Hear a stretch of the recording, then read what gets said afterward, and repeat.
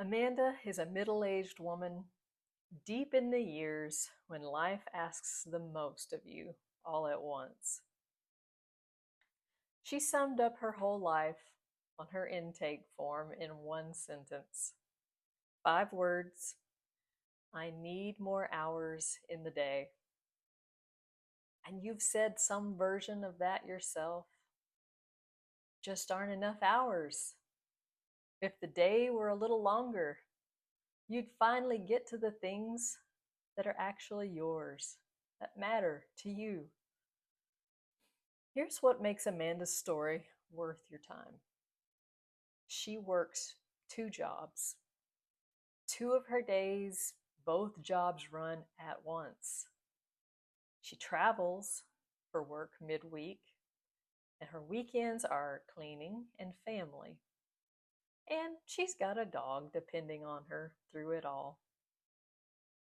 So, when I asked which days felt hard, she checked every single one. Not one easy day in her week. So if anyone ever had a real claim to I just need more hours, it was her. But more hours was never actually the problem. Here's what was. When every day is heavy and nothing has a place to land, one question starts running underneath your whole life. Can I move this to later? Amanda told me that was the single most draining decision she made, and she made it constantly. Every unscheduled moment, the same question. Can this wait? Can I push it? Can I deal with it later? And here's the cost nobody names. When you're carrying everything in your head, every appointment, every loose end, everything you haven't decided about yet, your downtime never feels like downtime.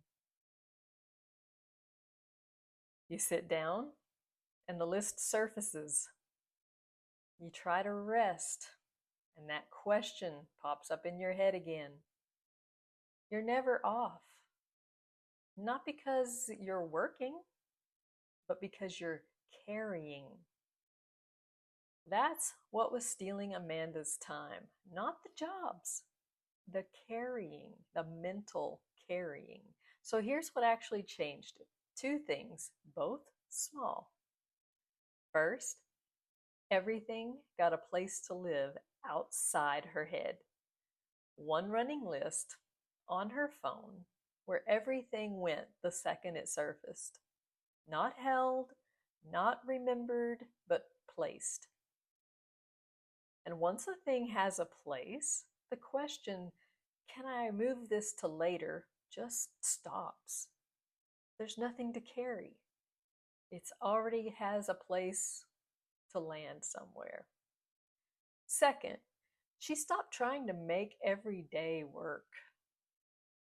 With a week that heavy, that's a losing game.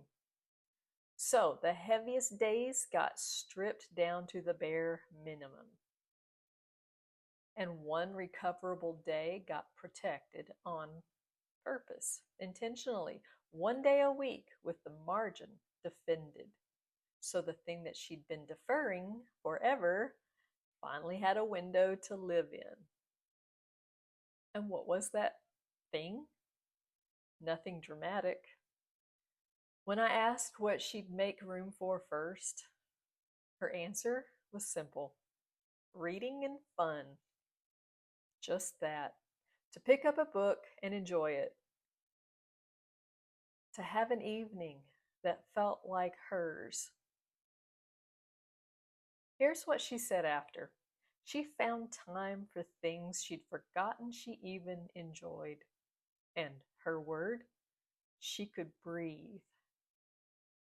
Both of those came from the same place.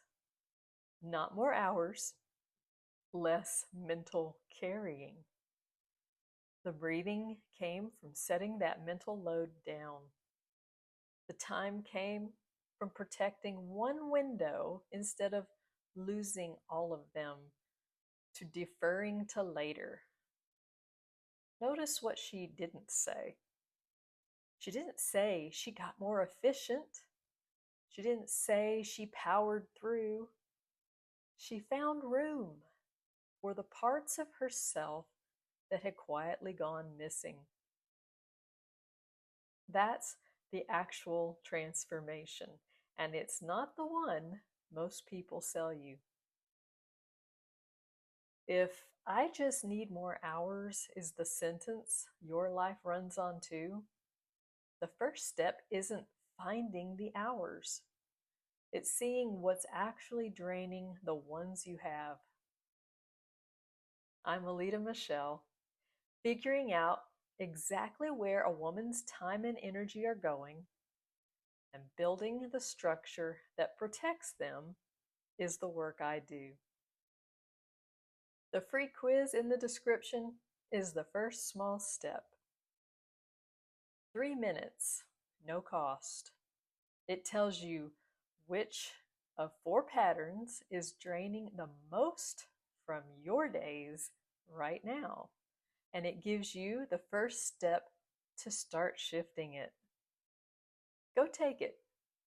It's the most useful 3 minutes you'll spend today. And if you want more like this, subscribe. One short, doable video every week. I'll see you in the next one.